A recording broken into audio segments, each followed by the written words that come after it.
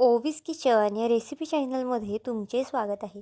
तर आज आपण ना सिमला मिरचीची अतिशय वेगळ्या पद्धतीची अशी रेसिपी करणार आहोत. तुम्ही यापूर्वी ना अशी सिमला मिरची कधीच केली नसेल, पण जर एकदा केली ना तर नक्कीच सांगते मार्केटमधून अगदी किलो किलो भावाच्या दरामध्ये सिमला मिरची तुम्ही विकत आणाल.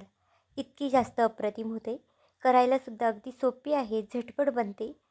त्यामुळे नक्कीच एकदा करून पहा. ज्यांना सिमला मिरची आवडत नाही ना, त्यांच्यासाठी तर आवर्जून करा, कारण की ते सुद्धा ही रेसिपी मागून मागून खातील. तर चला, थोडाही वेळ न घालवता लगेच व्हिडिओला सुरुवात करूया. तर त्यासाठी इथे मी 3 सिमला मिरची घेतलेली आहेत. सिमला मिर्च बघा, जर तुमच्याकडे मोठ्या साईजच्या असतील तर त्या घ्या, किंवा लहान साईजच्या असल्या ना ह्याच्यापेक्षा थोड्याशा त्या घेतल्या तरी चालतील.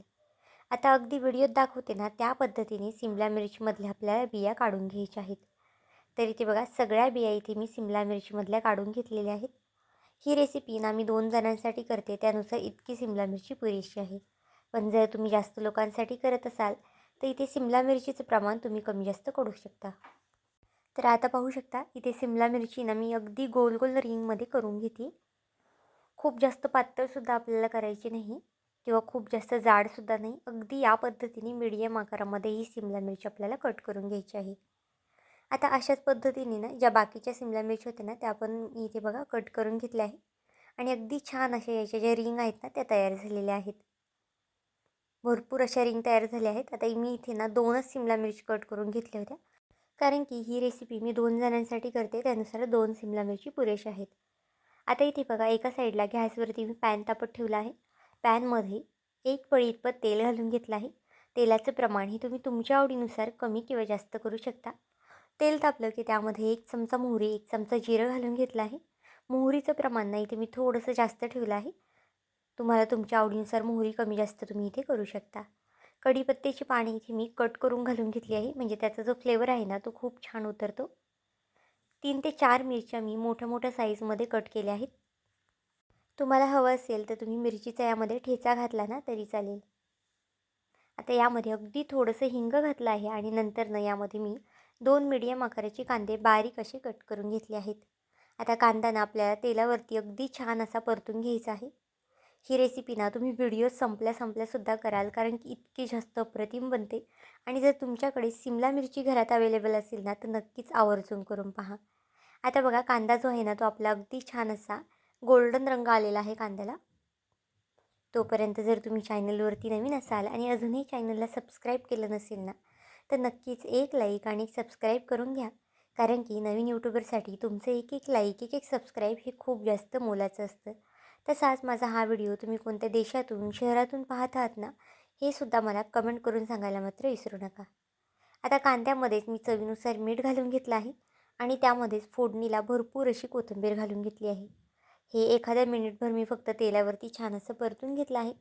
त्यानंतर यामध्ये अर्धा चमचा मी धना पावडर घातला आहे आणि अर्धा चमचा हळद घातली आहे. खूप जास्तीचे सुद्धा मसाले यामध्ये आपल्याला घालायचे नाही, कारण की इथे ना आपण हिरवी मिरचीचा वापर केला आहे.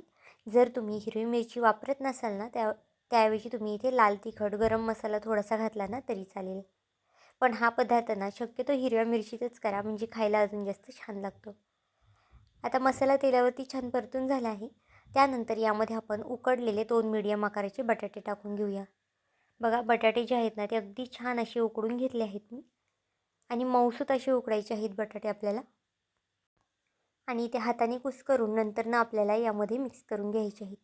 तर बघा, कांद्यामध्ये ना अगदी छान असा हा बटाटा आपल्याला एकजीव करून घ्यायचा आहे. व्हिडिओत दाखवते ना अगदी याच पद्धतीने करून घ्या. तुम्ही ही रेसिपी ना पाहुणे-रावळे आले तर काही बनवायचं सुचत नसेल भाजीला व्हेजमध्ये, तर नक्कीच ही रेसिपी करू शकता. खायला खूप जास्त अप्रतिम लागते आणि इतकी जास्त टेस्टी होते ना की पाहुणेसुद्धा तुमचे भरभरून कौतुक केल्याशिवाय राहणार नाही. मी सुद्धा जेव्हा केव्हा घरामध्ये सिमला मिरची आणते ना तेव्हा तेव्हा ही रेसिपी आवर्जून करते. आता बघा, आपला जो बटाटा आहे ना तो अगदी छान असा मिक्स झालेला आहे. यामध्ये ना थोडीशी वरनं मी कोथिंबीरसुद्धा घातली आहे. आता पुन्हा छान असं मिक्स करून घेऊया. आता तुम्हाला इथे बटाट्याची भाजी तयार झालेली दिसत असेल, पण ही भाजी नक्की आपल्याला कुठे वापरायची आहे किंवा काय करायचं आहे ना हे सुद्धा पुढे सांगते. आता गॅस आपल्याला इथे बंद करून घ्यायचा आहे आणि थोडा वेळ भाजी इथे मी एका साईडला थंड करून घेतली आहे. भाजी थंड झाल्यानंतर ना आपल्याला अगदी जी सिमला मिरचीची आपण रिंग करून घेतली होती ना ती घ्यायची आहे आणि चमच्याच्या साहाय्याने ना आपल्याला ही भाजी यामध्ये भरून घ्यायची आहे. तर इथे पाहू शकता, जे स्टफिंग आहे ना, म्हणजे जी बटाट्याची भाजी आपण केली ती ना, ती बऱ्यापैकी थंड झालेली आहे. खूप जास्त गरमसुद्धा नाही. तुम्ही जर खूप जास्त गरम गरम भरली ना, तर हाताला वगैरे भाजू शकतं. आता बघा, अगदी या पद्धतीने आपल्याला भाजी भरून घ्यायची आहे. जितकं तुम्हाला यामध्ये स्टफिंग भरता येईल ना, अगदी भरभरून तितकं दाबून दाबून भरा. म्हणजे ही रेसिपी खायला अजून जास्त छान लागते. आता बघा, एक भरून झालेली आहे. अशाच पद्धतीने दुसरीसुद्धा मी सिमला मिरची भरून घेते. ही स्टफ सिमला मिरची ना खायला खरंच खूप जास्त अप्रतिम लागते आणि करायलासुद्धा अगदी सोपं आहे. खूप जास्त मसाल्यांचीसुद्धा याला झंझट नाही.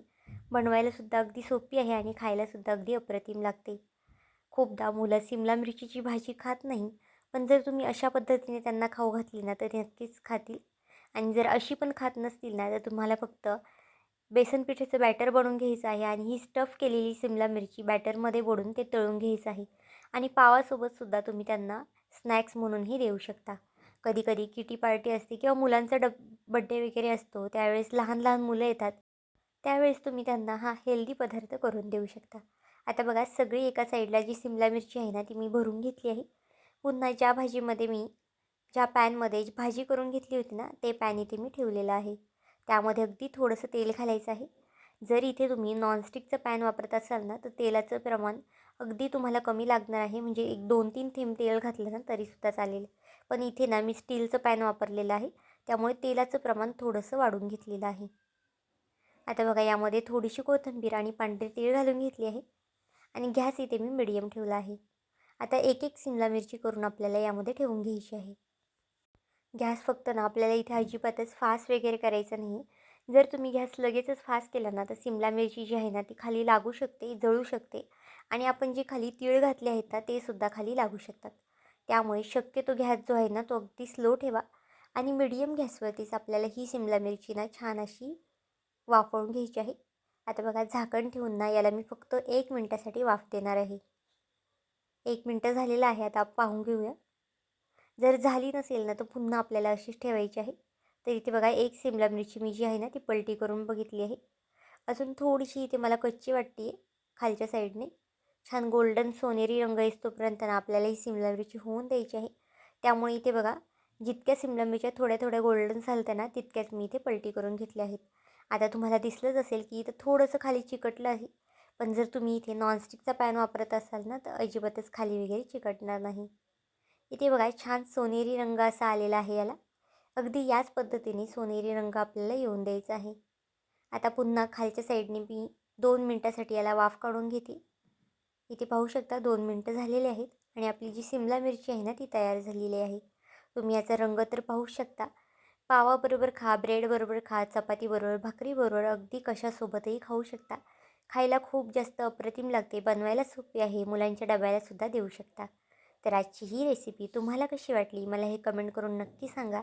आणि चॅनलवरती नवीन असाल तर चॅनलला एक लाईक आणि सबस्क्राईब करायला विसरू नका. पुन्हा भेटूया आपण अशाच एका नवीन व्हिडिओमध्ये. तोपर्यंत बाय.